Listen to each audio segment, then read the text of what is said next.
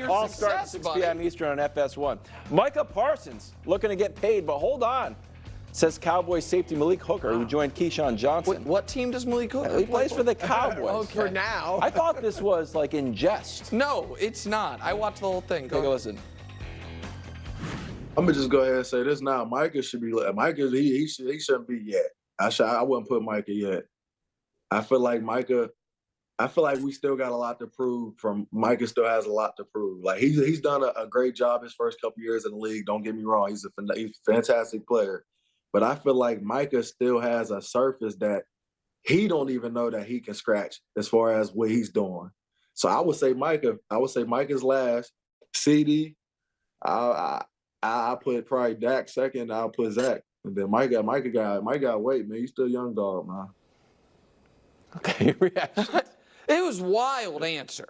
And if you watch the whole thing, and shout out to All Gas No Breaks, Keyshawn's pod, he goes, he's like, we got to get out of here, but I got this quick question. He gives a 5-minute answer where he speaks glowingly about CeeDee Lamb. It talks about how Zach Martin might be the most important guy on the team, then seems to almost feel bad that it's sounding like he is giving Zach Martin credit for Dak's success. Because he hadn't, it was a while right, before he got and to then Dak. then when he gets to Dak, he then, explains, about how much he likes Dak. He chimes in about how he thinks Dak's top 5, top 6. He says more nice things about Dak. And then he's like, and to make it clear, what I was saying about Micah before, that is still true. Micah's got more to prove. Maybe this was like a veteran trying to motivate the young player. I'm not sure. But it was, when I originally saw, I hadn't heard the pod yet. When I originally saw this quote in our rundown that you put together and then complain about on the air, Sure. I thought it was, I was like, are we kind of being a little unfair, like playing fast and loose with it? Right. And then I heard it, and I'm like, no. It's actually, it's the rare quote that listens worse than it reads. And so I was shocked by it.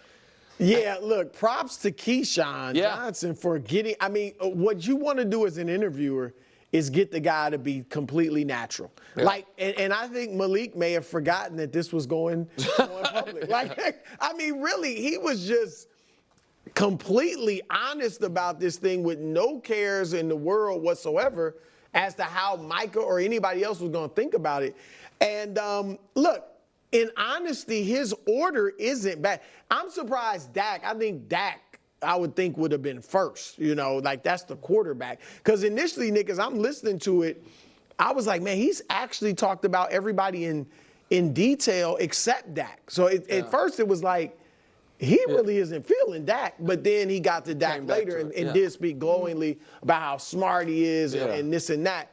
But it was surprising. For the defensive player to Micah, not take up for the defensive player is what's weird. Well, I guess, though, in his defense, Micah has played 3 years. He's the youngest. So I think that's where this is stemming from. But it'll be interesting how Micah takes it. All right, so let me put a scenario out for you, bro. If I said after a show, you know what, I need to get better at reading the teases because I'm just loosey-goosey and not paying attention a lot. Yeah. And then you did an interview. Fine. You're like, is there anything Wilds needs to get better at? Like, yeah, he's a little loosey-goosey with the teases. He's not really paying attention. I don't think I would necessarily get mad. And the reason why I'm using that example is because when Micah had his podcast with CD, he's like, I need to get better. I can take it to another level. I'm going to get more locked in. So is Malik just... The challenge is because of the money. You're talking about millions of dollars now. It's not just I felt like there's parallels to what Micah said money. about himself and what Malik said. Yeah, but Micah didn't say that in the context of Should I getting get paid? Right. Micah wants he's to just get talking paid about right in general. now. Yeah, but this was a direct question about who to pay. And by the way, I just want to be very clear. That exact scenario you laid out would infuriate me. And I think it would a lot of people. I think that if I gave an interview and they were like, what do you need to work on as a broadcaster? And I said it. Yeah. and then you gave an interview 2 weeks later, and they asked you, what do you think Nick needs to work on as a broadcaster? And if you said anything other than greatest guy I've ever worked with, I'd be furious. And so I think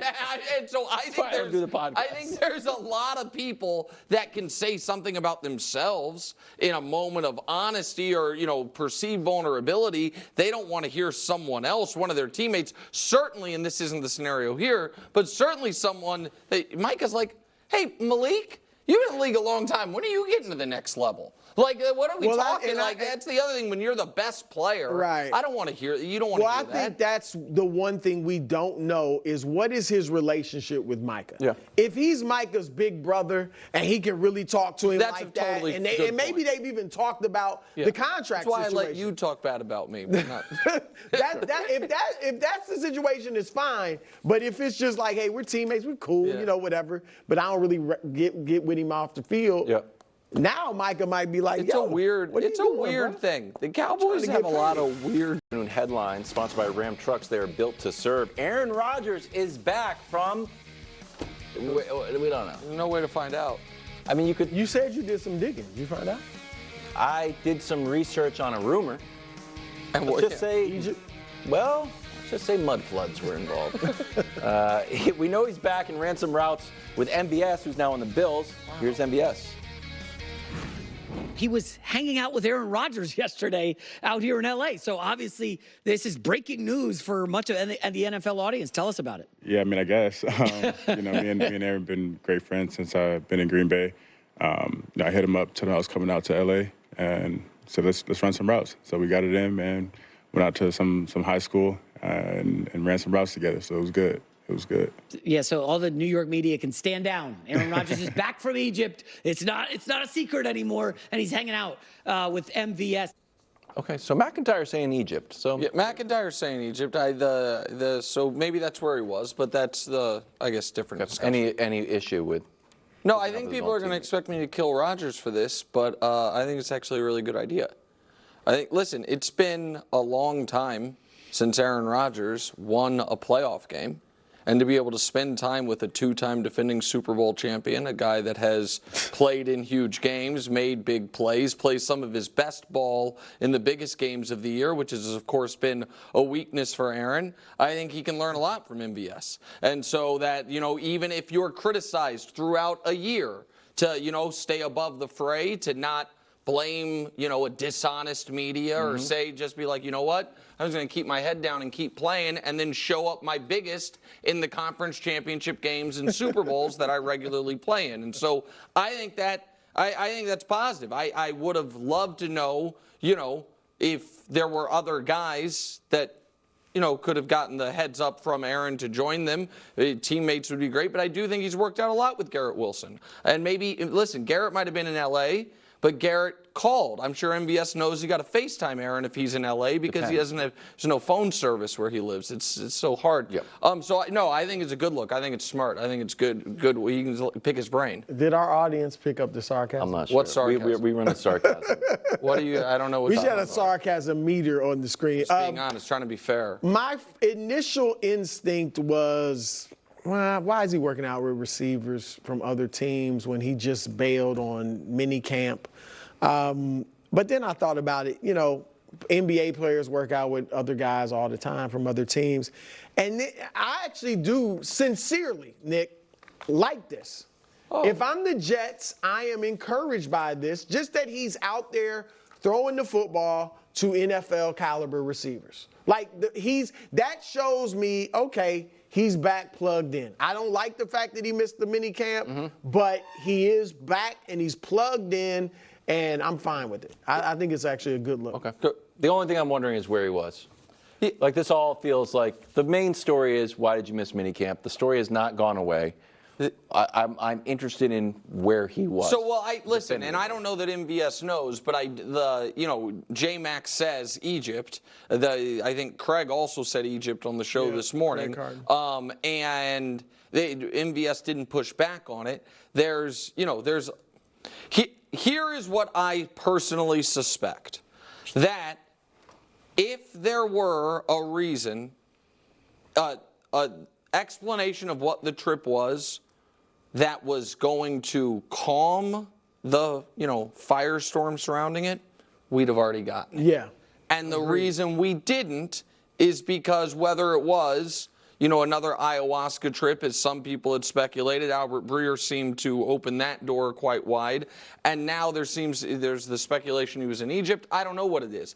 I just think unless Aaron Rodgers is doing like a long-form Andy Kaufman-esque troll of the media, which also, by the way, in play. That would be it. I think that the reason we don't know is because people aren't going to be like, oh, well, that makes it better.